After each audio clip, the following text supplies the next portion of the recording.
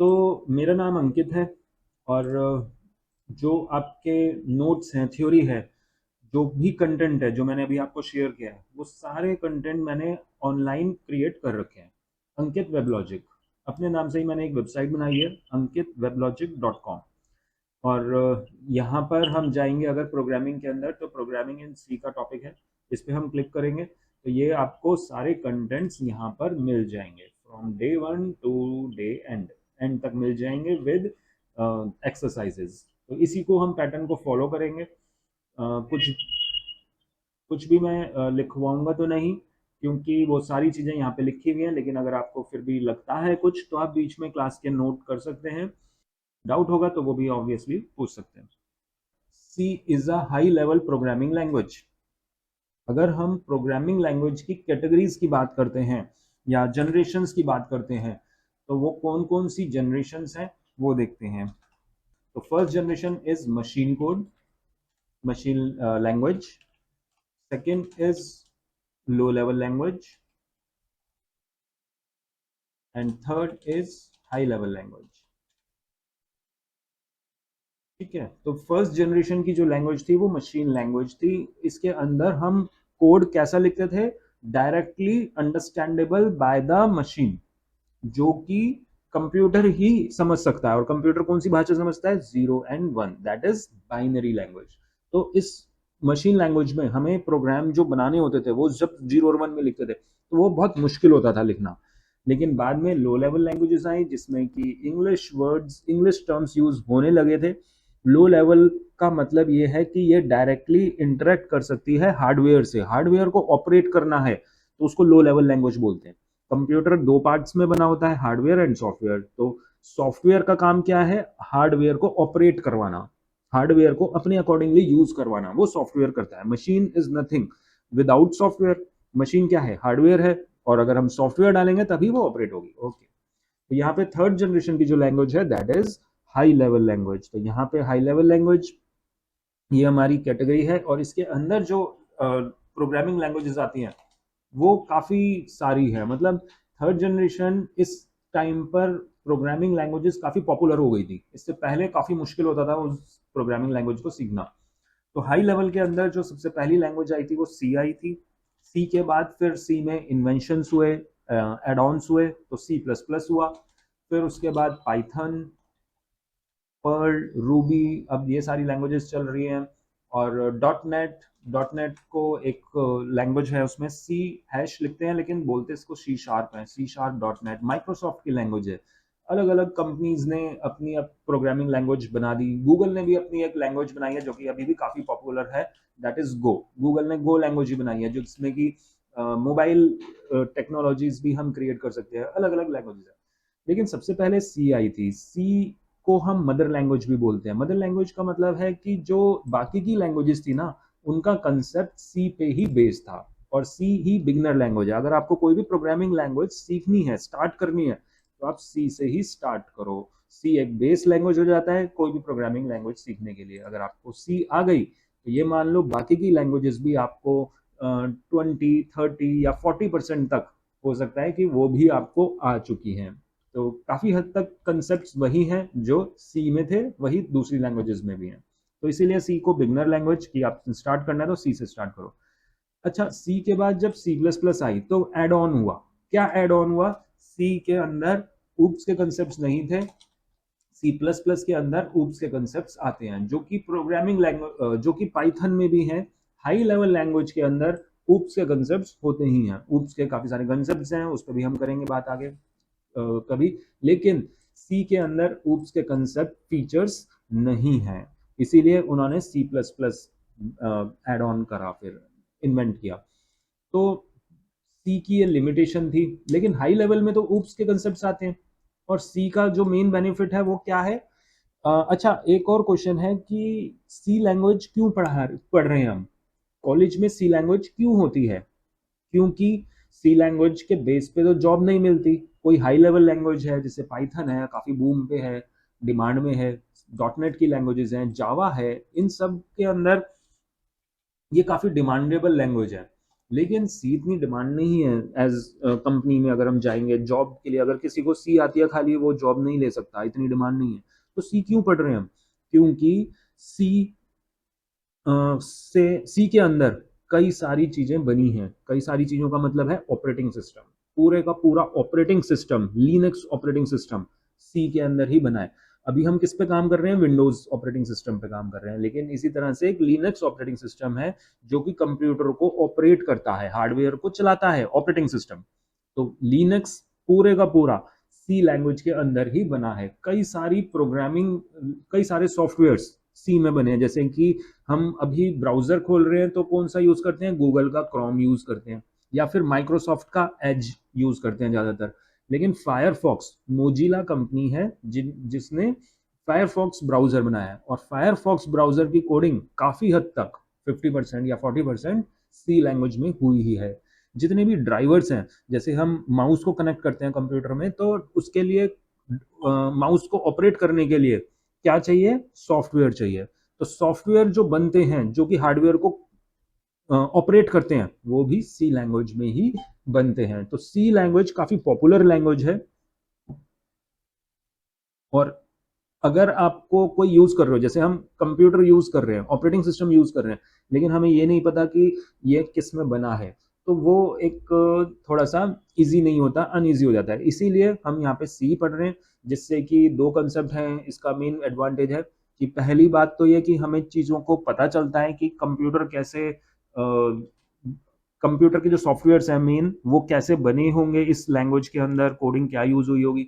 और दूसरा, अगर हमें कोई भी प्रोग्रामिंग लैंग्वेज सीखनी है, हाई लेवल लैंग्वेज दूसरी, तो अगर हमने सी सीख रखी है तो वो बहुत हमारे लिए इजी हो जाता है। तो ये मेन बेनिफिट है सी लैंग्वेज का। तो यहाँ पे हम जनरेशन ऑफ प्रोग्रामिंग लैंग्वेज की बात कर रहे थे। फर्स्ट, सेकंड, थर्ड हमने देखी लैंग्वेज। अब फोर्थ जनरेशन की जो लैंग्वेज आती है वो है हाई लेवल लैंग्वेज। ठीक है, फोर्थ जनरेशन में वेरी हाई लेवल लैंग्वेजेस ही हैं, और ये भी मतलब हाई लेवल लैंग्वेजेस का ही है। और जो फिफ्थ जनरेशन है वो है नेचुरल लैंग्वेजेस। अब जो जमाना है, अब जो टाइम है, वो किसका है? नेचुरल लैंग्वेज का है। नेचुरल लैंग्वेजेस कौन सी होती है? ऐसी लैंग्वेज जो कि एक्ट करती हैं एज अ ह्यूमन। होती मशीन है सामने, लेकिन हमें लगेगा ही नहीं कि ये मशीन बोल रही है, हमें लगेगा कि ये ह्यूमन ही बोल रहा है, ह्यूमन की तरह है। अच्छा, ह्यूमन और मशीन में क्या डिफरेंसेस होते हैं? ऐसा कई सारी मशीन आ चुकी हैं जो कि जो काम ह्यूमन कर रहा है वो मशीन भी कर रही हैं। जैसे कि सिंपल सा हम करें तो, एक नोट्स अगर हमें बैंक में देखते हैं तो एटीएम की मशीन क्या कर रही है? नोट को गिन काउंट कर रही है। पहले ये ह्यूमन करता था, अब वही काम सेम मशीन भी कर रही है। तो क्या फर्क है ह्यूमन में और मशीन में? मेन फर्क है थिंकिंग का। अगर मैं कोई मशीन नोट गिन रही है और हमें बीच में उसको कुछ कहना है कि नहीं, मेरे को कुछ भी हमने उसको इंस्ट्रक्शन देने हैं, तो हम बीच में उसको इंस्ट्रक्शन नहीं दे सकते। एक बार हमने इंस्ट्रक्शन दे दिया, जब तक वो कंप्लीट नहीं होता, उसको वो फॉलो नहीं करती मशीन, तब तक हम बीच में उसको इंटरप्ट नहीं कर सकते। कंप्यूटर का दिमाग नहीं होता, मतलब दिमाग का मतलब है कि यहाँ पे ओन डिसीजन नहीं ले सकता। हम जो इंस्ट्रक्शन देंगे केवल वही वो फॉलो करेगा। Computer can not take decision on its own, खुद से डिसीजन नहीं ले पाएगा। ये मशीन है, कोई भी मशीन अपने आप डिसीजन नहीं लेती। लेकिन नेचुरल लैंग्वेज एक ऐसी लैंग्वेज हो गई जिसमें कि हम यूज करते हैं एआई का कंसेप्ट, आर्टिफिशियल इंटेलिजेंस, जिसकी हेल्प से कंप्यूटर मतलब मशीन अपने आप सोच सकती हैं, डिसीजन ले सकती हैं अपने आप, बेस्ड ऑन द सिचुएशन। कैसी सिचुएशन है, डिसीजन ले लेगी वो।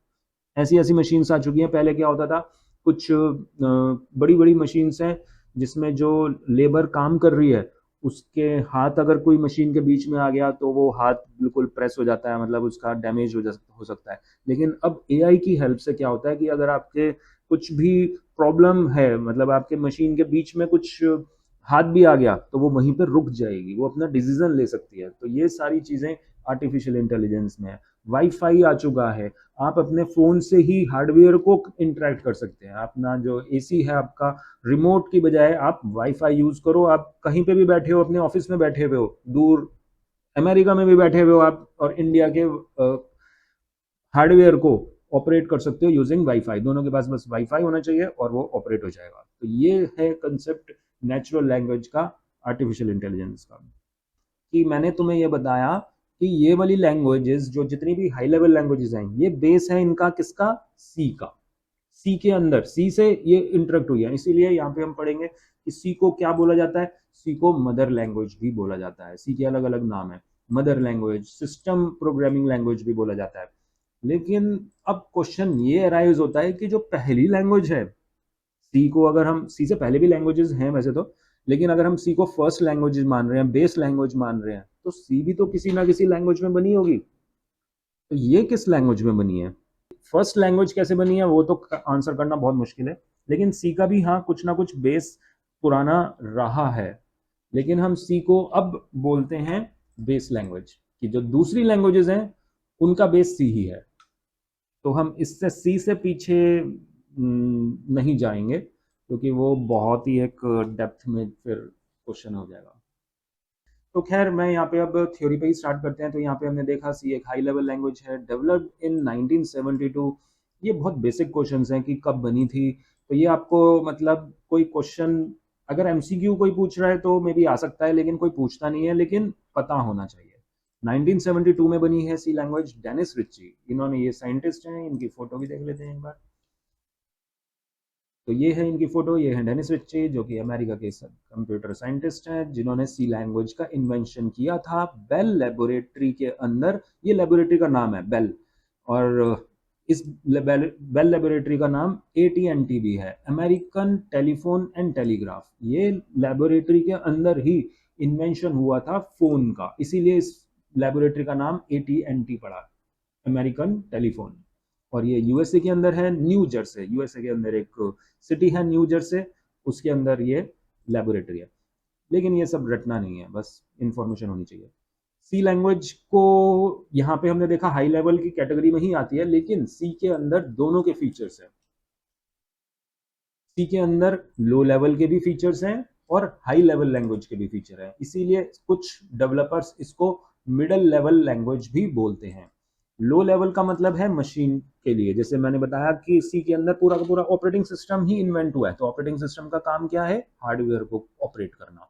तो इसके अंदर हम लो लेवल के भी फीचर्स ऐड कर सकते हैं और हाई के भी, मतलब दोनों के हैं, लेकिन फुल्ली ना लो के हैं ना हाई के हैं, पूरे नहीं है हाई के। हाई के क्या नहीं है, ऊप्स के कंसेप्ट नहीं है, ऑब्जेक्ट ओरिएंटेड प्रोग्रामिंग लैंग्वेज, वो तुमने पाइथन में भी शायद पढ़े होंगे, ऑब्जेक्ट ओरिएंटेड के कंसेप्ट पाइथन में भी है। तो इसीलिए मोस्ट ऑफ द प्रोग्रामर्स इसको मिडिल लेवल भी बोलते हैं। लेकिन ये सिर्फ, लेकिन अगर कोई पूछता है कि अब यहाँ पे हमने देखा कि कंफ्यूजन हो रही है यहाँ पे, सी लैंग्वेज क्या है, लो लेवल बोले, हाई लेवल बोले या मिडिल लेवल बोले, तो सी को हम हाई लेवल ही बोलते हैं, क्योंकि कुछ फीचर्स तो है ना उसमें, कुछ फीचर्स तो हैं हाई लेवल के, तो इसीलिए हम सी को हाई लेवल लैंग्वेज ही बोलते हैं। अब वो डिस्कशन अलग है कि सारे फीचर्स हैं या नहीं, लेकिन one one line answer is C is a high level programming language. ठीक है, यहाँ पे वही लिखा है, उसके कंसेप्ट नहीं है। सी के अलग अलग नाम भी हैं। सी को मदर लैंग्वेज बोलते हैं, सिस्टम प्रोग्रामिंग लैंग्वेज इसलिए बोलते हैं क्योंकि ये सिस्टम को ऑपरेट करता है, चलाता है। प्रोसीजरल ओरिएंटेड, जो ऑब्जेक्ट ओरिएंटेड के कंसेप्ट होते हैं उसमें हम ऑब्जेक्ट बनाते हैं और फिर बड़े प्रोग्राम को हैंडल करते हैं, लेकिन सी के अंदर हम प्रोसीजर ओरिएंटेड बोलते हैं। प्रोसीजर्स का मतलब है बड़े प्रोग्राम को जब हम डिवाइड करेंगे तो वो प्रोसीजर्स बनाएंगे। प्रोसीजर्स का मतलब यहाँ पे फंक्शंस है, तो हम जब बनाएंगे तो हम उस बड़े प्रोग्राम को डिवाइड करेंगे into functions, that is known as procedure oriented. Structured programming language भी है, इसमें हम स्ट्रक्चर्स बनाएंगे। और स्ट्रक्चर्ड प्रोग्रामिंग लैंग्वेज का मतलब ये भी होता है कि ये सिंटेक्स को फॉलो करेगा, तो कुछ रूल्स हर लैंग्वेज के होते ही हैं, चाहे हम हिंदी सीख रहे हैं, इंग्लिश सीख रहे हैं, पाइथन सीख रहे हैं, सी लैंग्वेज सीख रहे हैं, सबके सिंटेक्स होते हैं, रूल्स होते हैं। तो ये भी स्ट्रक्चर्ड लैंग्वेज ही है, इसके भी कुछ रूल्स है। और सी को मिडिल लेवल भी बोला जाता है। सी के कुछ फीचर्स हैं, सी को रोबोस्ट लैंग्वेज बोलते हैं। रोबोस्ट मतलब स्ट्रॉन्ग लैंग्वेज है, ऐसा नहीं कि हमने कुछ डेटा स्टोर करवाया और ये हैंग हो जाएगा, तो एक पावरफुल लैंग्वेज है। मशीन इंडिपेंडेंट है। मशीन का मतलब यहाँ पे कंप्यूटर से है, इंडिपेंडेंट का मतलब है कि एक कंप्यूटर से दूसरे कंप्यूटर पे फर्क नहीं पड़ता। एक कंप्यूटर पे हमने प्रोग्राम बनाया तो वो हम दूसरे कंप्यूटर पे ट्रांसफर कर सकते हैं। जैसे कि ये सेम वैसा ही है जैसे हम मोबाइल ऐप्स की बात करते हैं, कोई अगर किसी का मोबाइल ऐप एंड्रॉयड है, दूसरे का एप्पल का है, iOS ऑपरेटिंग सिस्टम है उसका, तो ऑपरेटिंग सिस्टम दोनों के अलग अलग है, लेकिन क्या हम एक ऐप को दूसरे फोन में ट्रांसफर कर सकते हैं? अगर उसका ऑपरेटिंग सिस्टम सेम है, अगर उसकी कॉन्फ़िगरेशन सेम है कंप्यूटर मोबाइल की, तो हम ऐप को दूसरी जगह पे ट्रांसफ़र कर सकते हैं। लेकिन अगर वो ऐप, उसकी जो कॉन्फ़िगरेशन है मोबाइल की वो डिफरेंट है, तो ऑब्वियसली नहीं हो पाएगा वो, क्योंकि उसके अलग उसके अलग ऐप्स होते हैं, उसके अलग ऐप्स होते हैं, एप्पल के फ़ोन के अलग होते हैं। तो अगर जो हमने सॉफ्टवेयर बनाया है वो हर मशीन पे चल सकता है, तो उसको बोला जाता है मशीन इंडिपेंडेंट, और C is a machine independent language. Portable का मतलब होता है ट्रांसफर करना, कि एक कंप्यूटर से दूसरे कंप्यूटर पे ट्रांसफर कर सकते हैं। तो सी के प्रोग्राम्स ऐसा नहीं, एक पे बनाया तो एक पे ही रहेंगे, दूसरे पे भी ट्रांसफर कर सकते हैं। प्लेटफॉर्म बोलते हैं ऑपरेटिंग सिस्टम को। तो सी के जो प्लेटफॉर्म है वो इंडिपेंडेंट है, यानी कि नॉर्मली जो प्लेटफॉर्म है वो कौन कौन से हैं, विंडोज, लिनक्स और मैक, ये इन तीनों पे हम सी को यूज कर सकते हैं। केस सेंसिटिव का मतलब हो गया कैपिटल और स्मॉल में अंतर है, तो हमें ध्यान रखना है कि हम कैपिटल लिख रहे हैं या स्मॉल लिख रहे हैं। मोस्टली वैसे तो ऐसा कुछ मुश्किल नहीं है, क्योंकि सी के अंदर सब कुछ स्मॉल ही यूज होता है। सी बहुत इजी लैंग्वेज है क्योंकि बिगनर लैंग्वेज है। C program written in C can be reused. एक प्रोग्राम हमने लिख दिया, उसी की जरूरत है हमें दूसरे प्रोग्राम में भी, तो हम प्रोग्राम को रीयूज कर सकते हैं, सेम प्रोग्राम को। Program written in C are fast and efficient. जो भी हम प्रोग्राम लिखेंगे वो फास्ट होगा और एफिशिएंट भी होगा। सी एक स्मॉल लैंग्वेज है और बहुत सारे कीवर्ड इसमें नहीं है, तो बहुत मुश्किल भी नहीं आएगी। तो क्लियर है इतना? Yes. ठीक है, तो हम क्या करेंगे अपनी क्लासेस में, थ्योरी और प्रैक्टिकल को बैलेंस करके चलेंगे। शुरू में थ्योरी ज़्यादा है, बाद में थ्योरी कम है, लेकिन हम बैलेंस करके ही चलेंगे। तो आज की थ्योरी, अच्छा बस मैं थोड़ा सा और दिखा देता हूँ बस तुम्हें, वैसे हम ज़्यादा आज थ्योरी पे नहीं फोकस करेंगे, बस इतना ही करेंगे। लेकिन अगला टॉपिक यहाँ पे हमारा प्रोग्रामिंग है, ये मैं बताऊंगा तुम्हें, डिटेल हम पढ़ेंगे इसकी। लेकिन इसी के नीचे बस मैंने तुम्हें बस ये टॉपिक दिखाया, जनरेशन ऑफ प्रोग्रामिंग लैंग्वेज, जो कि हमने डिस्कस किया था। फर्स्ट जनरेशन को लो लेवल भी बोलते हैं, मशीन लैंग्वेज भी बोलते हैं। इसके अंदर क्या होता था वो आपको पढ़ना होगा, बहुत मुश्किल नहीं है, सिंपल थ्योरी थ्योरी है, इंटरेस्टिंग थ्योरी है। अगला है प्रोग्रामिंग अप्रोच, ये सब हम पढ़ेंगे। तो बस आपको थ्योरी में इतना ही पढ़ना है, डिफाइन सी और डिफाइन प्रोग्रामिंग के अंदर जनरेशंस ऑफ प्रोग्रामिंग लैंग्वेज। तो ये इजीली पढ़ पाओगे, ऊपर वाला हम डिस्कस करेंगे ये क्या है। तो इतना ही पढ़ना है, और इसमें कोई डाउट होगा तो हम डिस्कस करेंगे नेक्स्ट क्लास में। अब हम आते हैं प्रैक्टिकल पार्ट पे। प्रोग्रामिंग लैंग्वेज है तो ऑब्वियसली हमें प्रोग्राम्स बनाने हैं। तो प्रोग्राम बनाने के लिए हम लिखें कहाँ पर प्रोग्राम को, तो जहाँ पे हम लिखते हैं उसको बोलते हैं आईडीई। तो कोडिंग को लिखने के लिए हम कहाँ लिखेंगे, उसको हम बोलते हैं आईडीई। आईडीई की फुल फॉर्म है integrated development environment. Integrated development environment, ये भी तुम्हें याद रखने की कुछ जरूरत नहीं, बस नॉलेज होनी चाहिए इसकी। इंटीग्रेटेड डेवलपमेंट एनवायरनमेंट का मतलब है कि जो हम कोडिंग लिख रहे हैं वो रन कहाँ होगी और वो लिखेंगे कहाँ, उसको आईडी बोलते हैं। तो आईडीई हम जो यूज करते हैं वो बहुत सारे हैं, कहीं पे भी हम कोडिंग लिख सकते हैं, ऑप्शंस हमारे पास मल्टीपल्स हैं। लेकिन हम अपने जो क्लासेस हैं उसमें हम दो एडिटर को यूज करेंगे, जो कि काफी पॉपुलर और यूज होते हैं। First is Turbo C plus plus का सॉफ्टवेयर है, और दूसरा है V S code. V S की फुल फॉर्म है विजुअल स्टूडियो कोड। ये दो सॉफ्टवेयर हम फॉलो करेंगे। सबसे पहला जो V S Turbo C plus plus है, इसको हम बोलते हैं आईडीई, और ये सिर्फ एडिटर है, ये आईडीई नहीं है, ये सिर्फ एडिटर है।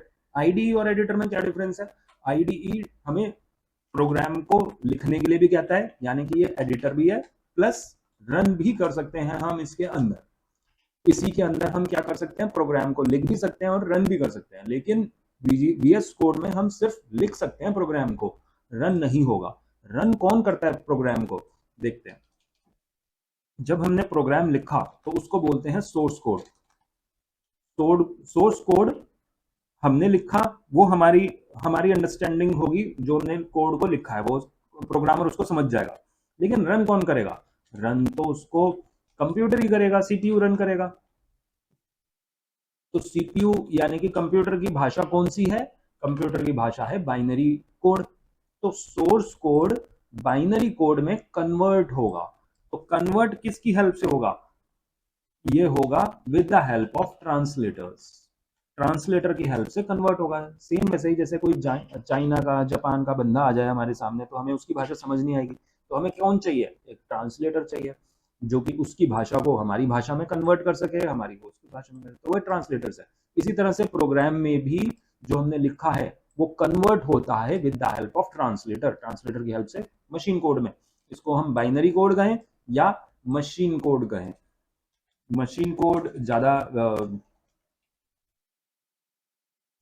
मशीन कोड ज्यादा बेटर वर्ड है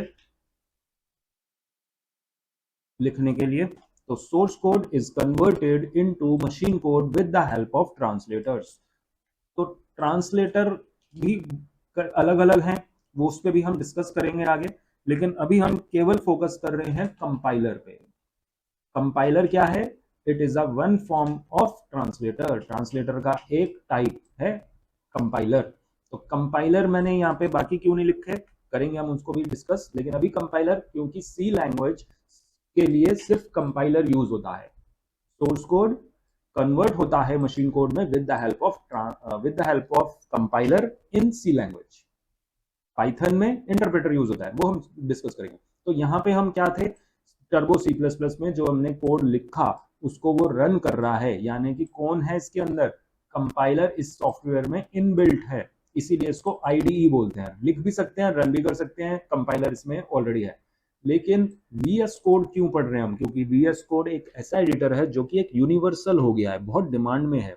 कई कंपनीज वगैरह, स्कूल कॉलेजेस भी मेरे ख्याल ये एडिटर को फॉलो करते हैं। इसके काफी सारे एडवांटेजेस भी हैं, वो हम जैसे जैसे करेंगे तो हमें एडवांटेजेस देखने को मिलेगा। हम प्रोग्राम को बहुत इजीली लिख सकते हैं इसके अंदर। तो अब क्वेश्चन अराइज होता है, लिख तो सकते हैं लेकिन रन कौन करेगा? तो रन करने के लिए इस सॉफ्टवेयर के साथ हमें कंपाइलर अलग से इंस्टॉल करना पड़ेगा, अपने आप नहीं होगा। तो अगर हम ये वाला सॉफ्टवेयर इंस्टॉल कर रहे हैं तो कोई और सॉफ्टवेयर की जरूरत नहीं है, और अगर हम वीएस कोड इंस्टॉल कर रहे हैं तो कंपाइलर भी उसके साथ इंस्टॉल करो। ठीक है, तो हम दोनों ही पे ही आएंगे। अभी हम ये वाला यूज कर रहे हैं, टर्बो सी प्लस प्लस, और फिर हम वीएस कोड पे भी बहुत जल्दी स्टार्ट करेंगे। तो स्टार्ट करते हैं टर्बो सी प्लस प्लस से। अब कैसे इंस्टॉल करना है इसको, वो मैं स्टेप्स आपको दिखा देता हूँ इसी कंप्यूटर में कि कैसे उसको इंस्टॉल करना है। तो ये सॉफ्टवेयर मैं आपको शेयर कर दूंगा, मेरे पास यहाँ पे ये सॉफ्टवेयर है सी लैंग्वेज का, ये रहा टर्बो सी प्लस प्लस का, ये जिप है, इसको मैं करता हूँ सबसे पहले extract Turbo C plus plus में। अच्छा, यहाँ पे एक और भी सॉफ्टवेयर है कोड ब्लॉक, मतलब बहुत सारे सॉफ्टवेयर हैं जो कि सी लैंग्वेज के लिए, लेकिन ज़्यादा पॉपुलर यही है, टर्बो सी प्लस प्लस और वीएस कोड। इनके अलावा कोई और सॉफ्टवेयर पे जाने की जरूरत नहीं है। बहुत कंफ्यूजन होती है कि कौन सा सॉफ्टवेयर यूज करें, बेस्ट होता है वीएस कोड, लेकिन टर्बो की भी नॉलेज होनी चाहिए। तो यहाँ पे मैंने उसको एक्सट्रैक्ट कर लिया है। यहाँ पे दो फाइल्स हैं, सेटअप और ये टर्बो सी प्लस प्लस, कोई सा भी आप कर लो डबल क्लिक, दोनों सेम फाइल है। इसमें सिंपल स्टेप्स हैं, नेक्स्ट नेक्स्ट ही करना है, आई एग्री, नेक्स्ट इंस्टॉल और यस। तो यहाँ पे यस कर दिया मैंने, नेक्स्ट नेक्स्ट ही किया है और कुछ नहीं। यहाँ पे इंस्टॉल हो रहा है, बहुत छोटा सा सॉफ्टवेयर है, यहाँ पे दिखा रहा है कुछ एमबी का ही है, और ये हमारा प्रोग्राम इंस्टॉल हो चुका है। इंस्टॉल हो गया, देखते हैं कहाँ पे शॉर्टकट बन के आ गया, अपने आप ओपन भी कर दिया इसने। यहाँ से मैं क्लोज कर देता हूँ, दोबारा खोलेंगे। यहाँ पे ये ओपन हो गया, और स्टार्ट में जाएंगे तो भी यहाँ पे ओपन हो गया है। इसको मुझे अगर स्टार्ट में पिंग करना है तो मैं यहाँ पे स्टार्ट में पिंग कर सकता हूँ इसको, और अब इसमें रन कर लेते हैं प्रोग्रामिंग लैंग्वेज में। यहाँ पे मैंने लिख दिया, तो यहाँ से हम क्लिक करेंगे, ये सॉफ्टवेयर ओपन हो गया। ये सॉफ्टवेयर थोड़ा सा कॉम्प्लिकेटेड है, क्योंकि ये है डॉस बेस्ड। डॉस बेस्ड में जीयूआई के सारे फीचर्स नहीं चलते, देखते हैं क्या कैसे यूज करना है। तो मैंने यहाँ पे स्टार्ट पे क्लिक कर दिया। स्टार्ट पे क्लिक करते ही सॉफ्टवेयर ओपन हो गया, बड़ा अजीब सा है, स्क्रीन भी इसकी ब्लू ब्लू सी आ रही है। अब हमें इसको बंद करना है। इसमें कई बार माउस हैंग हो जाता है, माउस नहीं चलता, तो हमें शॉर्टकट कीज बहुत याद रखनी होंगी इसमें। तो इसका जो शॉर्टकट की है, या तो यहाँ पे क्लिक कर दो, ये सारे सॉफ्टवेयर प्रोग्राम्स खुल गए हैं, बंद करो इन्हें, अननेसेसरीज को। तो ऑल्ट F3, इसका जो शॉर्टकट है वो है ऑल्ट F3। मैंने सबको बंद कर दिया है ऑल्ट F3 से। ऑल्ट F3, F3 ऊपर से फंक्शन की है, ये फंक्शन की प्रेस करनी है, ओपन, बंद हो गई सारी चीजें। अब हमें फाइल एक नई बनानी है, माउस में या तो फाइल पे क्लिक कर देंगे, ये न्यू फाइल आ गई है। कर्सर ब्लिंक कर रहा है, यहाँ पे हमें अपना प्रोग्राम लिखना है। तो प्रोग्राम लिखते हैं यहाँ पे। और जो हाई लेवल लैंग्वेजेस हैं उसमें और लो लेवल लैंग्वेज में एक डिफरेंस है। क्या? लो लेवल मैंने बताया कि उसमें हमें 0 1 में कोडिंग लिखनी होती थी, जो कि बाइनरी कोड है, जो कि बहुत मुश्किल होती थी। लेकिन हाई लेवल में इजी हो गई थी कोडिंग, और उसमें काफी हद तक इंग्लिश टर्म्स ज्यादा यूज होती हैं इंस्ट्रक्शन देने के लिए। तो मैं क्या कर रहा हूँ, यहाँ पे सिंपल सा हेलो वर्ल्ड लिख रहा हूँ। मैं चाहता हूँ कंप्यूटर को instruction do to write to print hello world. तो प्रिंट करना है हमने, तो प्रिंट के लिए प्रिंट ही लिखेंगे यहाँ पे। प्रिंट ब्रैकेट्स लगेंगे। ब्रैकेट्स का मतलब होता है फंक्शन। सी लैंग्वेज में जहां पे भी हम ब्रैकेट्स लगा रहे हैं, पैरेंथेसिस बोलते हैं इनको इंग्लिश में, यहाँ पे हम ब्रैकेट्स बोलेंगे। ब्रैकेट्स के अंदर जो भी लिख रहे हैं वो उसका मतलब होता है फंक्शन। तो प्रिंट क्या है? एक फंक्शन है। ये प्रिंट कहाँ है? बना बनाया फंक्शन है। अब इसके अंदर हमें क्या लिखना है? मैसेज लिखना है, हेलो वर्ल्ड। ये मैंने मैसेज लिख दिया। सी लैंग्वेज में हर लाइन टर्मिनेट होती है विद सेमीकोलन। सेमीकोलन का मतलब है कि ये लाइन हमारी यहाँ पे खत्म हो गई है। जो हेलो वर्ल्ड लिखा है ये हमने अपनी मर्जी से लिखा है। कंप्यूटर हेलो वर्ल्ड को नहीं जानता। तो यहाँ पे हमें क्या करना होगा? डबल कोड्स लिखने होंगे। प्रिंट के बाद हमने यहाँ पे हेलो वर्ल्ड लिखा था, हेलो हमने अपनी मर्जी से मैसेज लिखा था, तो हम इसको क्या करेंगे? कोड्स के अंदर करेंगे। Codes means string. ये डबल कोड लिखा है मैंने शिफ्ट के साथ। ये बटन मैंने प्रेस करा, जो कि एक ही बार में ये दो कोड्स आ गए। ऐसे नहीं करना कि दो बार में हमने ऐसे अलग अलग लिख दिया, नहीं, एक ही बार में ऐसे आएगा। ओके जी, तो यहाँ पे हमने प्रिंट हेलो वर्ल्ड लिखा। अब ये हमने प्रिंट जो है ये क्या है? फंक्शन है। तो सी लैंग्वेज में प्रिंट कीवर्ड नहीं है, प्रिंट एफ यूज होता है फॉर प्रिंटिंग, प्रिंट एफ।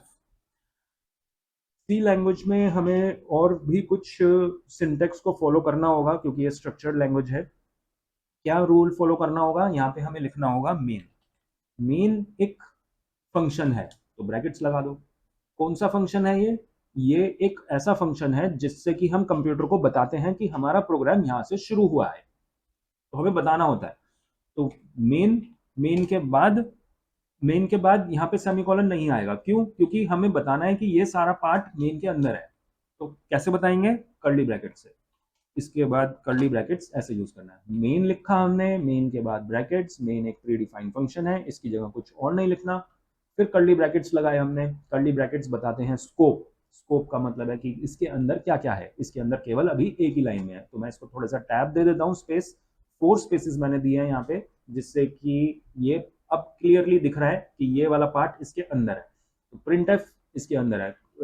यहाँ पे इंडेंटेशन देना कोई कंपलसरी नहीं होता। पाइथन में इंडेंटेशन बहुत फॉलो होना चाहिए, वरना वो सिंटेक्स एरर आता है। यहाँ पे इंडेंटेशन का यानी कि स्पेसिंग का कोई एरर नहीं है। प्रिंटफ में हमने ये मैसेज लिखा और सेमीकोलन। ये हमारा प्रोग्राम हो गया कंप्लीट। अब हम इसको करना है रन।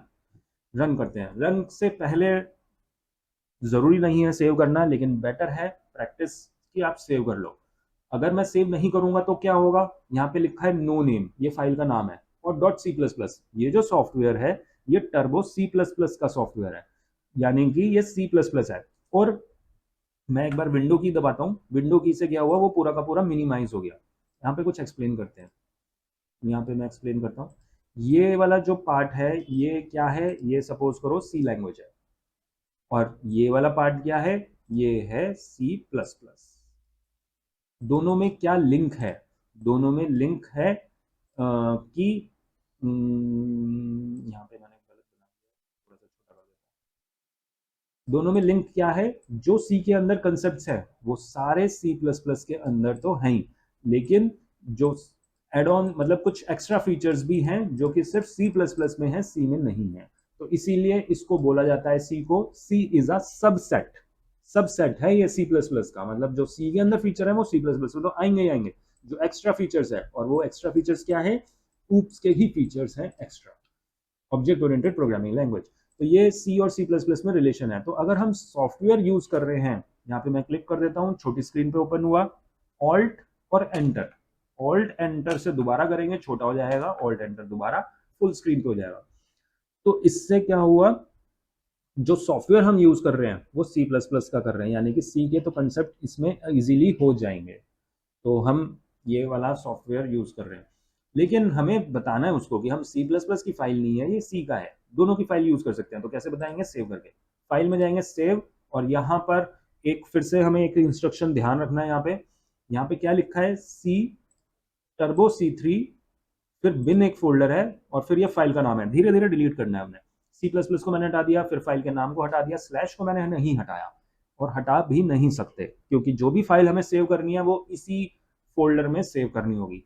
तो मैंने यहाँ पे हेलो के नाम से फाइल लिया। नाम कुछ भी हो सकता है, लेकिन छोटा ही नाम होगा और स्पेसेस नहीं आ सकते, और विद एक्सटेंशन होगा। तो सी के लिए डॉट सी ही लिखना है हमने।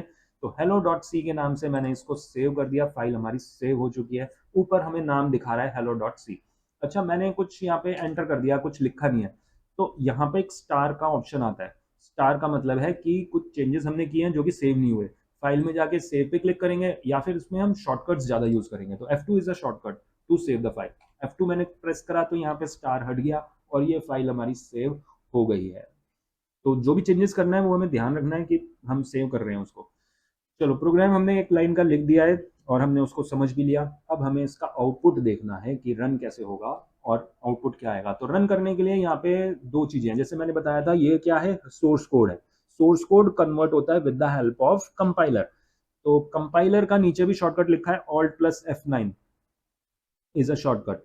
तो Alt+F9 दबाओ, या फिर यहाँ पे भी लिखा हुआ है कंपाइल, इस पर क्लिक कर दो, या बेस्ट है आप Alt+F9 दबाओ। Alt+F9 मैंने दबाया तो यहाँ पे कह रहा है, वार्निंग दे रहा है। वार्निंग को हम इग्नोर भी कर सकते हैं। और ये लाइन कंपाइल्ड, 5 लाइन्स को इसने कंपाइल किया है। हमने 4 एक एक्स्ट्रा खाली लाइन लिखी थी। 5 लाइनों को इसने कंपाइल किया, और कह रहा है कि कोई भी एरर नहीं है, एरर 0। ठीक है, तो अब हमें इसका आउटपुट देखना है। आउटपुट देखने के लिए रन पे क्लिक करेंगे, और रन का शॉर्टकट क्या है? Ctrl+F9। तो मैं यहाँ पे नहीं क्लिक कर रहा, शॉर्टकट से ही प्रेस करूंगा मैं। Ctrl+F9 मैंने प्रेस करा, ये कह रहा है कि यस कर देते हैं। तो क्या हुआ? आउटपुट आया, उसने प्रिंट किया होगा हेलो वर्ल्ड, लेकिन हमें दिखा नहीं। आउटपुट स्क्रीन आई और एकदम से हट गई, रुकी नहीं। तो अब हमें आउटपुट स्क्रीन को होल्ड करवाना है। तो क्या करेंगे? आउटपुट स्क्रीन को होल्ड करने के लिए एक और फंक्शन लिखेंगे, गेट ch। इसका मतलब क्या है वो हम डिटेल में पढ़ेंगे, लेकिन अभी के लिए हम यही लिखेंगे कि ये स्क्रीन को होल्ड करेगा, यानी कि पोज करेगा। और ये लाइन भी यहीं पे खत्म। मेन की लाइन खत्म नहीं हुई थी, इसलिए हमने सेमीकोलन नहीं लगाया। फिर कर्ली ब्रैकेट्स भी कोई स्टेटमेंट नहीं है, इसलिए सेमीकोलन नहीं। ये एक स्टेटमेंट है, टर्मिनेट कर दिया। ये एक स्टेटमेंट है, टर्मिनेट कर दिया सेमीकोलन से। दोबारा से कंपाइल करो, Alt+F9 और फिर Ctrl+F9। Ctrl+F9 इस बार हमने किया तो 2 बार हेलो वर्ल्ड लिखा है। एक बार प्रीवियस आउटपुट है, एक बार नया आउटपुट है। चलो एंटर कर देते हैं, आउटपुट हमने देख लिया। फिर से रन कर रहे हैं। इस बार मैं डायरेक्टली रन कर रहा हूं। जब हम रन करते हैं तो कंपाइल तो वो ऑटोमेटिक होता है, ऐसा नहीं कि हम पहले कंपाइल करें फिर रन करें। सीधा रन करो, वो दोनों स्टेज अपने आप हो जाएगा। फिर से हेलो वर्ल्ड आ गया, फिर से हेलो वर्ल्ड आ गया। जितनी बार हम रन करते जा रहे हैं हेलो वर्ल्ड आता जा रहा है, और पुराना आउटपुट क्लियर नहीं हो रहा। पुराना आउटपुट भी आ रहा है, लेकिन ये ठीक नहीं है। तो पुराना आउटपुट भी हम क्या करेंगे? क्लियर करेंगे। CLRSCR इज अ फंक्शन, ये प्री डिफाइंड फंक्शन है, यही लिखना है हमने हर प्रोग्राम में, स्ट्रक्चर में। क्लियर स्क्रीन का शॉर्टकट, क्लियर स्क्रीन का फंक्शन है CLRSCR। ये क्या करेगा? आउटपुट स्क्रीन को क्लियर करेगा। रन करते हैं अब दोबारा से, और केवल एक ही बार हेलो वर्ल्ड हमें दिख रहा है। एंटर, वापस आ जाएंगे। प्रोग्राम हमारा रन हो गया। एक बार मैं कंपाइल कर रहा हूँ, यहाँ पे एक वार्निंग दिखा रहा है। तो वार्निंग भी ठीक चीज नहीं है, इसको भी हमें ठीक करना है। तो क्या लिखा हुआ है यहाँ पे? ये कह रहा है function should return a value. Enter कर रहे हैं, मेन को कह रहा है ये कह रहा है मेन एक फंक्शन है। हाँ भाई, हमें पता है मेन फंक्शन है, लेकिन ये कह रहा है कि ये रिटर्न करेगा वैल्यू। तो हमने तो कुछ रिटर्न करना नहीं, तो क्या करेंगे? इसके पहले वॉइड लिख देंगे। वॉइड का मतलब है नो रिटर्न। हमने बता दिया उसको कि भैया हमें रिटर्न नहीं चाहिए। रन तो हो ही रहा है, लेकिन इस बार हम कर रहे हैं कंपाइल, तो यहाँ पे सक्सेस दिखा रहा है, वार्निंग और एरर। एरर तो खैर पहले भी नहीं थी, वार्निंग भी हट चुकी है। तो इस तरह से हम प्रोग्राम लिखेंगे। जैसे कि मैंने बताया, clear screen, printf, get ch, ये सब कुछ प्री डिफाइन है। प्री डिफाइन कहाँ पर है? एक फाइल के अंदर स्टोर है। उस फाइल का नाम क्या है वो भी देखते हैं। तो उस फाइल का नाम है stdio। ये क्या है? ये एक हेडर फाइल है। हेडर फाइल को एक्सटेंशन हम देते हैं .h के नाम से। तो std की फुल फॉर्म है स्टैंडर्ड इनपुट आउटपुट। ये सब मैं तुम्हें थ्योरी लिखी हुई है वहां पे वेबसाइट्स में, वहां पे भी हम एक बार डिस्कस करेंगे। तो stdio.h यहाँ पे एक हेडर फाइल है। इसके अंदर क्या है? इसके अंदर इनपुट आउटपुट के फंक्शंस हैं। यानी कि यहाँ पे हमने क्या करा है, प्रिंट एफ करा है, ये आउटपुट प्रिंट करा है हमने, यानी कि आउटपुट, तो ये प्रिंट एफ इसी stdio के अंदर है। CLR से हमने क्या किया है, आउटपुट स्क्रीन को क्लियर किया है। आउटपुट स्क्रीन को बोलते हैं हम कंसोल। तो कंसोल के लिए हम ये लिखेंगे conio.h। con का मतलब है कंसोल और io का मतलब इनपुट आउटपुट। आउटपुट स्क्रीन के इनपुट आउटपुट के फीचर्स हैं इसमें, यानी कि क्लियर स्क्रीन, आउटपुट स्क्रीन को क्लियर करेगा, आउटपुट स्क्रीन को रोक रहा है। तो गेट ch और क्लियर स्क्रीन दोनों ही कोनियो के अंदर है, और कोनियो भी क्या है, हेडर फाइल है। हमने ये लगाई नहीं थी, सी में ऑप्शनल है, लेकिन बेस्ट बेटर है कि हम ये लगा ले। और इसको लगाएंगे कैसे, हैश इंक्लूड करके, हैश इंक्लूड, फिर ये एंगुलर ब्रैकेट्स हैं लेस देन और ग्रेटर देन के, लेकिन इनको हम सिंपल ब्रैकेट ही बोलते हैं, या एंगल ब्रैकेट्स बोल सकते हैं। फिर से हमें इसको एंगल ब्रैकेट के अंदर ही देना है, हैश इंक्लूड conio.h। और ये हमारा प्रोग्राम कंप्लीट हो चुका है, और मुझे लगता है काफ़ी बेसिक आइडिया तो मैं हो चुका है मोटा मोटा। डिटेल में अभी हम इसी प्रोग्राम को दोबारा पढ़ेंगे। तो कुछ पूछना चाहते हो तो बताओ। सर ये serial.h और conio.h कितना जरूरी है? सी जैसे हमने इसको नहीं लिखा था तो रन हो रहा था प्रोग्राम, लेकिन लिखना सही रहता है पेपर के पॉइंट ऑफ व्यू से, वरना एग्जामिनर पॉइंट काट सकता है, और कुछ ऐसा चीज भी हो सकती है कि हमारा प्रोग्राम ना चले। एक बार रन करके देखते हैं इसको दोबारा से। अभी तो मैंने सेव कर दिया और रन ये इजीली हो रहा है सक्सेसफुल, लेकिन मैं क्या करता हूँ, इसको दोबारा से सेव करता हूँ, सेव एज। और इस बार मैंने फाइल का नाम दिया hello2.c++। C++ का लिए शॉर्टकट होता है CPP। दोबारा रन किया मैंने और इस बार भी आराम से रन हो गया है। अब मैं क्या करता हूँ, इसको डिलीट कर देता हूँ, इस लाइन को चेक करते हैं कि अब क्या रन हो जाएगा। तो मैंने इसको सेव कर दिया, कंपाइल किया, तो कंपाइल में ये 2 एरर दिखा रहा है, और एरर का नाम दिखा रहा है फंक्शन, नीचे दिखा रहा है function CLR should have a prototype. Prototype का मतलब है कि ये अब कह रहा है कि मैं CLR को नहीं जानता, ये क्या है मुझे नहीं पता। तो इसको कैसे पता चलेगा, इसको उस फाइल से पता चलेगा जो कि हमने डिलीट कर दिया है, include conio.h। conio.h लिखते ही ये समझ जाएगा कि ये फंक्शन का पर्पस क्या है। तो जब हमने सी से स्टोर किया था इस फाइल को तो कोई एरर नहीं आया था, सी में ऑप्शनल था ये लाइन, लेकिन C++ में एरर है। लेकिन जो टीचर है कॉलेज वगैरह में वो कहते हैं कि आप ये लिखो, स्किप नहीं कर सकते, लेकिन हमने यहाँ पे देखा स्किप कर सकते हैं, लेकिन कॉलेज वाले अब टीचर मना ही करते हैं इसको। और लिखना में कोई हर्ज नहीं है, लिखना बेटर ही है। ठीक है जी। और सर रिटर्न्स क्या होते हैं? रिटर्न्स, रिटर्न मतलब जैसे हमने देखा यहाँ पे कि मेन एक फंक्शन है, फंक्शन क्या करता है, कोई एक्शन परफॉर्म करता है। जैसे मैंने तुम्हें कहा कि 2 नंबर को ऐड करो, तो तुम कहोगे कि कौन से 2 नंबर, मैंने कहा 5 और 10 को ऐड करो, तो तुम मेरे को बताओगे रिजल्ट। या मैंने यूं कहा कि ऐड करो और पेपर पे लिखो, मुझे मत बताओ, तो मुझे तुमने रिजल्ट रिटर्न नहीं करा। अगर तुम मेरे को बता रहे हो तो उसका मतलब होता है रिटर्न करना, और अगर नहीं बता रहे तो वो होता है नो रिटर्न। तो अभी तो हम इसमें कुछ एक्शन परफॉर्म कर ही नहीं रहे, ऐसा कोई कैलकुलेशन परफॉर्म कर ही नहीं रहे जो कि हमें रिटर्न करना है। तो नो रिटर्न का मतलब होता है वॉइड। अगर हम कुछ कैलकुलेशन कर रहे होते रिटर्न और वो किसी और को भेज रहे होते, तो वहां पे हम रिटर्न डेटा टाइप लिखेंगे। तो वो हम आगे पढ़ेंगे कि रिटर्न कैसे करते हैं, लेकिन अभी के लिए no return means void. Okay sir. Okay, तो ये हमारा सिंपल सा फंक्शन था। अब हम इसी को थ्योरी में भी पढ़ेंगे। तो हमारा यहाँ पे लिखा हुआ है टॉपिक फर्स्ट सी प्रोग्राम, इसमें आते हैं और वही सारी चीजें आपको यहाँ पे मिलेंगी। कुछ रूल्स भी लिखे हुए यहाँ पे, तो ये भी पढ़ते हैं। एवरी, हर लैंग्वेज के रूल्स होते हैं, सी लैंग्वेज के भी रूल्स हैं। Each instruction is written as a separate statement. हर इंस्ट्रक्शन, इंस्ट्रक्शन का मतलब लाइन, ऐसा नहीं कि एक लाइन के साथ दूसरी लाइन नहीं लिख सकते थे, जैसे कि यहाँ पे भी वही सेम प्रोग्राम लिखा हुआ है। इन सबको एक लाइन में भी लिख दोगे तो भी हमारा आंसर चल जाएगा, लेकिन बेटर है कि आप अलग अलग लिखो और हर लाइन को टर्मिनेट करो सेमी कॉलन से। ये स्टेटमेंट है सारी, हर लाइन को स्टेटमेंट को टर्मिनेट करना है, इसको स्टेटमेंट टर्मिनेटर बोला जाता है।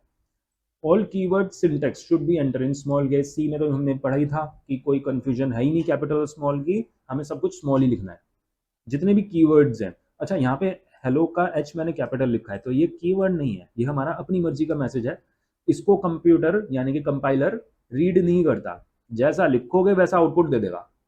उसको मतलब नहीं कि आपने ये कैपिटल लिखा है स्मॉल, लेकिन हाँ अगर इसको सी को यहाँ पे कैपिटल कर दोगे कुछ भी, तो वो एरर दे देगा, समझ नहीं पाएगा। तो सी में हमें जितने भी कीवर्ड्स हैं, सिंटेक्स हैं, वो सब कुछ स्मॉल में ही आता है, no confusion. The statement in the program must appear in the same order in which we wish them to execute. और आपको उसी ऑर्डर में लिखना है प्रोग्राम को जिस ऑर्डर में आप एग्जीक्यूट करना चाहते हो। कंप्यूटर का जो ऑर्डर होता है वो इनपुट, प्रोसेस और आउटपुट ही होता है। पहले आप डेटा लोगे यूजर से कि भैया किस पे परफॉर्म करना है एक्शन, उसने नंबर दिया, फिर आप उस पर कुछ कैलकुलेशंस करोगे, चाहे वो सम की हो, कोई भी कैलकुलेशन हो सकती है। कैलकुलेशन करने के बाद आप उसको रिजल्ट दे दोगे। नॉर्मली इनपुट, प्रोसेस, आउटपुट, यही हमारा ऑर्डर होता है और इसी ऑर्डर में आपको लिखना है। जो भी लाइंस हमने लिखी हैं ये 1 2 3 करके रीड करेगा उन सबको। तो जो भी मेन है, मेन के अंदर आते हैं हम। ये तो हमने पढ़ा था कि ये लिखना ही लिखना है बस इसको। इसका भी हम कंसेप्ट आगे डिटेल में पढ़ेंगे कि ये क्या चीजें हैं, लेकिन अभी नहीं पढ़ेंगे। अभी हम सोच रहे हैं कि बस इसको लिखना है, सिंटेक्स का पार्ट है और ये लिखना जरूरी है। मेन से हमने स्टार्ट करा, ये लाइन पढ़ा, फिर थर्ड के बाद ये फोर्थ लाइन पे आएगा, फिर फिफ्थ, एक एक करके आगे रीड करेगा इंस्ट्रक्शन को। तो यहाँ पे वही लिखा है कि एक एक करके आएगा, unless jumping statements are use. ऐसा भी कर सकते हैं कि फिफ्थ के बाद ये सीधा सेवंथ पे जंप हो जाए, तो वो जंपिंग स्टेटमेंट से आएगा, वो भी हम आगे पढ़ेंगे। तो सेम वही प्रोग्राम हेलो वर्ल्ड का, ये हमारा फर्स्ट प्रोग्राम है। यहाँ पे हमने टर्बो C++ आईडी यूज किया हुआ है, इंटीग्रेटेड डेवलपमेंट एनवायरनमेंट है इसकी फुल फॉर्म। और ये प्रोग्राम हमने लिखा, इसका आउटपुट भी दिखा रखा है हेलो वर्ल्ड। ये एक्सप्लेनेशन है। हैश इंक्लूड एसटीडी की फुल फॉर्म क्या है? एसटीडी की फुल फॉर्म है स्टैंडर्ड इनपुट आउटपुट, और डॉट एच का मतलब होता है हेडर फाइल। हेडर फाइल का मतलब है कि इसके अंदर कई सारे फंक्शंस हैं। It include standard input output library functions, पहले से बहुत सारे फंक्शंस हैं। कौन कौन से? प्रिंट एफ, स्कैन एफ, और भी कई सारे हैं। प्रिंट एफ हमने पढ़ा प्रिंटिंग करने के लिए, आउटपुट के लिए। स्कैन एफ हम पढ़ेंगे इनपुट करने के लिए, जो कि अभी हमने पढ़ा नहीं। यूजर से इनपुट लेना है भाई, 2 नंबर हमने सम करने हैं, तो 2 नंबर क्या है वो यूजर से इनपुट लो, तो उसके लिए स्कैन एफ। कोनियो की फुल फॉर्म क्या होती है? कंसोल इनपुट आउटपुट, और ये भी एक हेडर फाइल है। और कंसोल का मतलब है आउटपुट स्क्रीन, और इसके अंदर जो फंक्शंस हैं वो क्लियर स्क्रीन और गेट ch है, जो कि इस प्रोग्राम में हमने यूज किया था। तो अगर आप ये दोनों फंक्शन यूज कर रहे हो तो ये फाइल लगाना जरूरी ही होता है, चाहे चल जाए प्रोग्राम। मैंने इसलिए चला के दिखाया कि कोई क्वेश्चन राइज होता है कि भैया ये तो चल रहा है प्रोग्राम, तो तुम कंफ्यूज हो जाओगे कि ये तो चल रहा है तो क्या लगाना जरूरी नहीं है, लेकिन जरूरी है, चल रहा है तब भी लगाओ। void main, मेन क्या है? Main is a function, main एक फंक्शन है from where the program starts its execution, जहां से हमारा प्रोग्राम स्टार्ट होगा। void का मतलब होता है that function does not return any value. void means no return, कोई फंक्शन ये वैल्यू रिटर्न नहीं कर रहा। Return means result.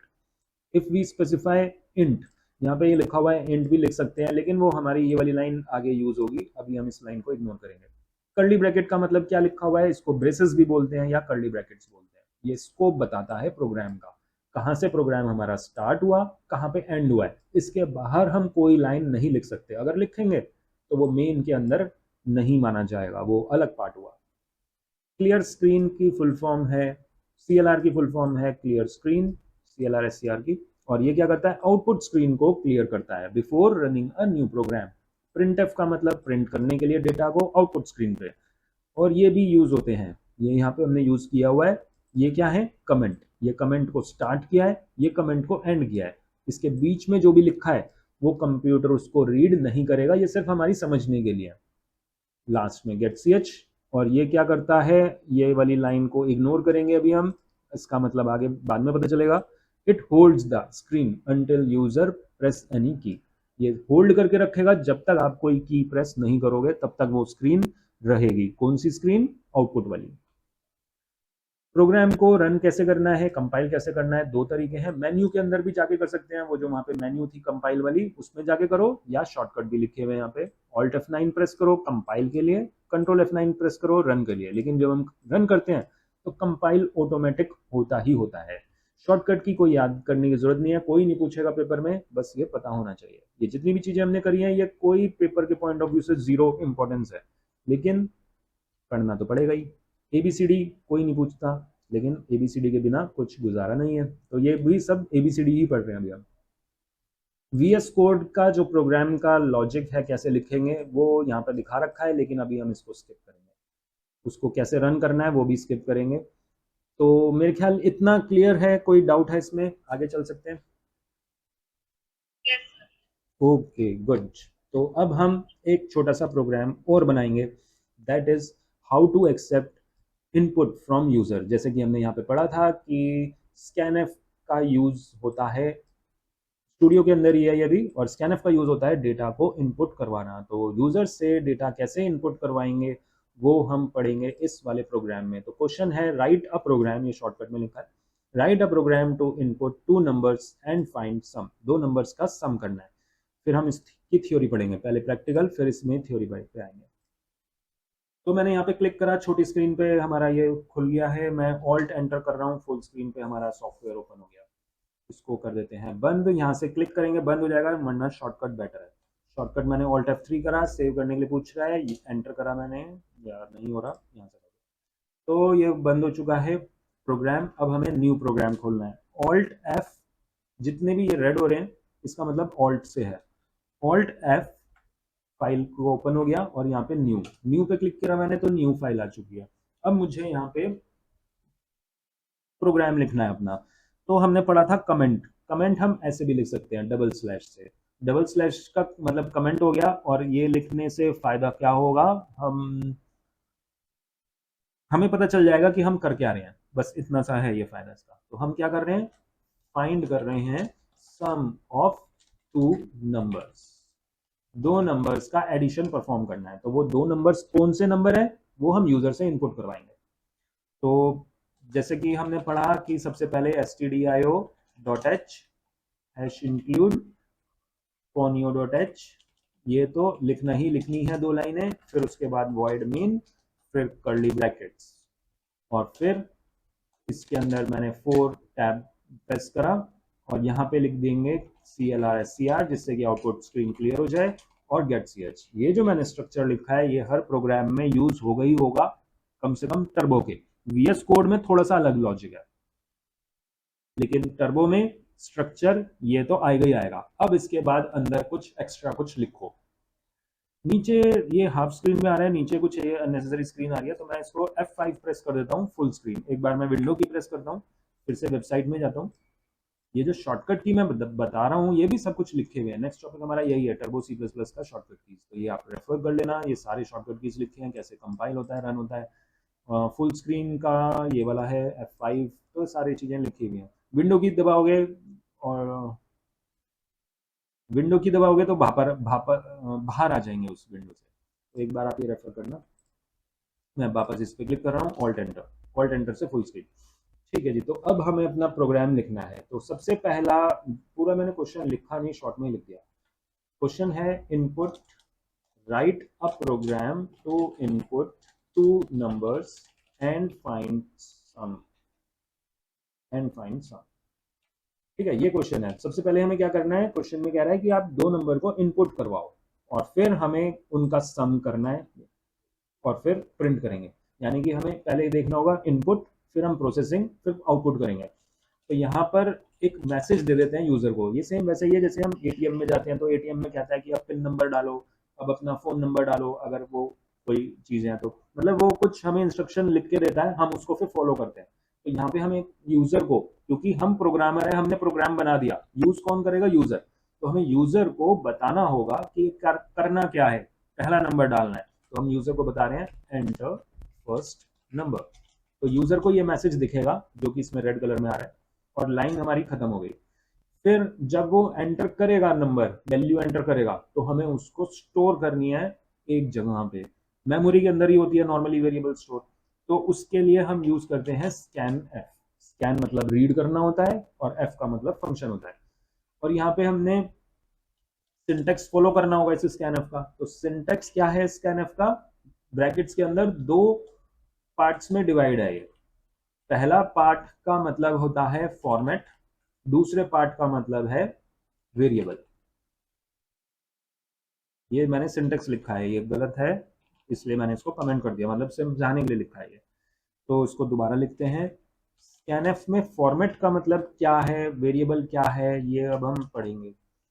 वेरिएबल एक नाम है जिसके अंदर डेटा स्टोर होगा, जैसे हम मैथ्स में लिखते हैं let A equals to 10, let B equals to 20, यहाँ पे भी सेम है। तो जब मुझे वैल्यू स्टोर करवानी है तो मैंने यहाँ पे एक वेरिएबल ले लिया ए, ए क्या है, नॉर्मल मैंने अपने खुद से नाम लिया, ये भी कोई भी नाम लिख सकते हो उसकी जगह, ए बी सी कुछ भी। तो ए क्या है, लेकिन हमें कंपाइलर को तो बताना पड़ेगा।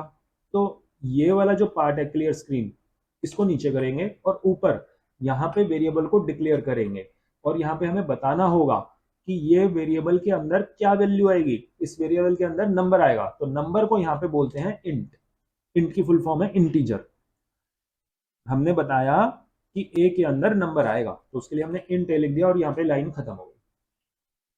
अब यहाँ पे हमें फॉर्मेट देना है इंटीजर का। इंटीजर का मतलब नंबर है, नंबर को डेसिमल भी बोलते हैं। डेसिमल का शॉर्टकट है परसेंटेज डी। डेसिमल के लिए परसेंटेज डी लिखा जाता है, जो कि इंट को रिप्रेजेंट करता है, परसेंटेज डी। इसको हमें देना होगा कोड्स के अंदर। जो फॉर्मेट आएगा वो कोड्स के अंदर है, ऊपर मैंने सिंटेक्स लिखा है। ओके, और नीचे जो वेरिएबल है उसके आगे हम एंड लगाएंगे। एंड का मतलब यहाँ पे क्या है वो भी हम थ्योरी में पढ़ेंगे, लेकिन अभी एंड लगा दिया हमने। तो पहला वेरिएबल हमारा इनपुट हो जाएगा। ये हमारा सिंटेक्स कंप्लीट हो गया। स्कैनफ कोड्स के अंदर percentage D comma and A, input हो गया हमारा फर्स्ट नंबर। इसी तरह से सेम फॉलो करेंगे सेकंड नंबर के लिए। यहाँ पे हमने मैसेज दिया एंटर सेकंड नंबर, और फिर से स्कैनफ करना है, यानी कि दूसरा नंबर रीड करना है, किसमें, नए वेरिएबल में, बी में। तो बी क्या है, ऊपर हमने डिक्लेयर कर दिया बी को। इनपुट का काम कंप्लीट हो चुका है। अब हम आते हैं अपने नेक्स्ट स्टेप पे, दैट इज प्रोसेसिंग। प्रोसेसिंग में क्या करना है, हमने इन दोनों का सम करना है। तो सम भी करने के लिए मुझे एक नया वेरिएबल लेना होगा। डिक्लेरेशन का पार्ट ऊपर ही आता है साथ। तो यहाँ पे हमने सी को डिक्लेयर करा। अब सी के अंदर हम लॉजिक लिखेंगे, दोनों नंबर्स को ऐड करेंगे और उसको, प्रोसेसिंग में बस इतना सही था, ये हमारा छोटा सा ही प्रोग्राम है, सम ऑफ टू नंबर्स का। तो दो नंबर हमने ऐड कर दिया और सी में स्टोर कर दिया, प्रोसेसिंग वाला पार्ट कंप्लीट। अब हम आते हैं अपने आउटपुट वाली प्रोसेस पे। तो आउटपुट में क्या करना है, डिस्प्ले करवाना है। तो यहाँ पे लिख दो रिजल्ट इक्वल्स टू या सम इक्वल्स टू, और यहाँ पे लिख देंगे सी। अच्छा, प्रिंट में भी यहाँ पे थोड़ा सा सिंटेक्स हमें ध्यान देना है। ये क्या है, ये हमारा मैसेज है, और फिर सी क्या है, सी वेरिएबल है। हमें सी प्रिंट नहीं करना आउटपुट में, सी के अंदर वैल्यू है। तो इसीलिए हमने इसको कोड्स के अंदर नहीं लिखा था। अगर हम कोड्स में लिखेंगे तो ये उसको समझेगा कि सी प्रिंट करना है, नहीं, इसकी वैल्यू प्रिंट करनी है, इस तरह से। अब हम इनपुट करवा रहे हैं वेरिएबल को या फिर आउटपुट करवा रहे हैं, फॉर्मेट तो आएगा ही आएगा। तो फॉर्मेट कैसे देंगे, इस तरह से देंगे। ये इसका पूरा सिंटेक्स है प्रिंट करवाने के लिए। ये स्ट्रिंग के साथ वेरिएबल को हमने डिस्प्ले करवाया, ठीक है। सेव करते हैं अब इसको। F2 मैंने शॉर्टकट दबाया सेव करने के लिए। प्रोग्राम का नाम sum.c, एक्सटेंशन भी हमें देना है। बिन के अंदर ही है ये, सी टर्बो बिन और sum.c। एंटर कर रहे हैं, सेव हो गया ये प्रोग्राम। अब हम करते हैं रन। सीधा रन करने का शॉर्टकट कंट्रोल F9, और यहाँ पे ये प्रोग्राम रन हो गया है। पूछ रहा है, वही इंस्ट्रक्शन पूछ रहा है जो हमने वहां पे दी थी, एंटर फर्स्ट नंबर। एंटर करा मैंने, यहाँ पे लिखा आ गया 10। 10 वो उसने इंटरनली स्टोर कर दिया होगा, हमें स्टोर करने, हमें चेक करने की जरूरत नहीं है। अब दूसरा नंबर पूछ रहा है, वो दूसरा नंबर मैंने दिया 20, तो वो बी में स्टोर हो गया होगा। फिर ये क्या करेगा, उन दोनों को सम करेगा और फिर प्रिंट कर देगा, सम इक्वल्स टू 30। कोई डाउट है?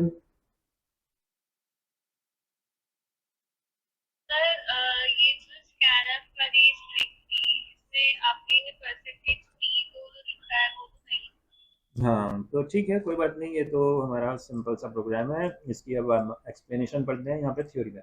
सेम वही प्रोग्राम जो हमने वहाँ पे लिखा था, वही प्रोग्राम है, और इसकी कोड एक्सप्लेनेशन यहाँ पे है। ये सारी लाइंस वही हैं, बस जो नई लाइन है वो स्कैनफ की है और स्कैनफ की है। तो स्कैनफ का मतलब है use to receive the value from user, user से रिसीव करने के लिए वैल्यू। और एंड का मतलब है वेरिएबल का एड्रेस। होता क्या है, मेमोरी के अंदर स्टोर करना है, तो मेमोरी की जगह यहाँ पे हम मेमोरी का एड्रेस देते हैं। तो स्कैनफ रीड करेगा, और परसेंटेज डी इसका फॉर्मेट है इस वेरिएबल का। ये ए है, ए का मतलब इंटीजर, इंटीजर का जो फॉर्मेट है वो परसेंटेज डी आता है, ठीक है। तो ये इसका सिंटेक्स है, ये धीरे धीरे और क्लियर हो जाएगा। यहाँ पे एक डायग्राम और बना हुआ है, ये बता रहा है प्रोग्राम का स्ट्रक्चर, कौन सी लाइन कहाँ आएगी। यहाँ पे हमने इंट लिखा, फिर ये लिखा है। तो सबसे पहला ये लिखा है डॉक्यूमेंटेशन। डॉक्यूमेंटेशन जैसे हमने कमेंट करके लिखा था ना, program to calculate sum of two numbers, तो डॉक्यूमेंटेशन लिख लो। डॉक्यूमेंट में कई सारी लाइंस लिख सकते हैं, ऐसा नहीं कि एक ही लाइन आपकी मर्जी है, कितना भी आप ऐसे लिख लो।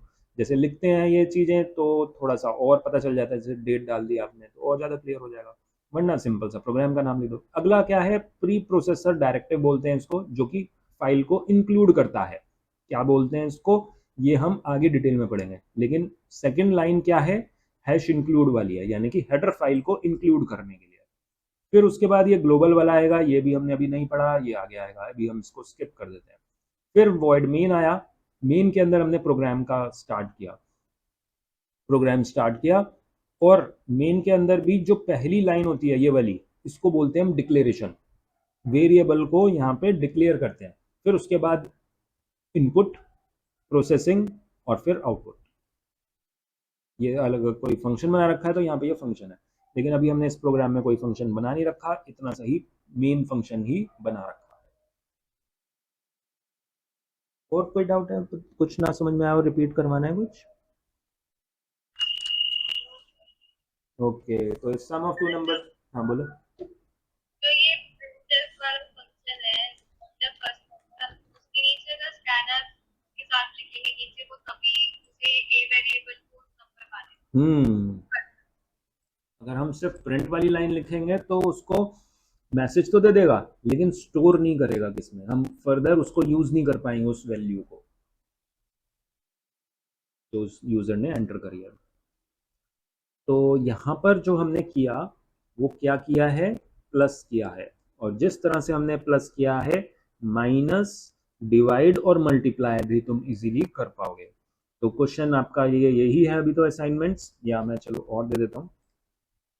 ये मैं सब कुछ हटा रहा हूँ, ये सब तुम्हें क्लियर है ही, ये क्लियर ही है, इसमें कुछ खास नहीं। तो यहाँ पे आपका जो प्रोग्राम है, क्वेश्चंस हैं, वो क्या है, मल्टीप्लिकेशन ऑफ टू नंबर, ये आपको फाइंड करना है। एक और क्वेश्चन है आपके लिए, फाइंड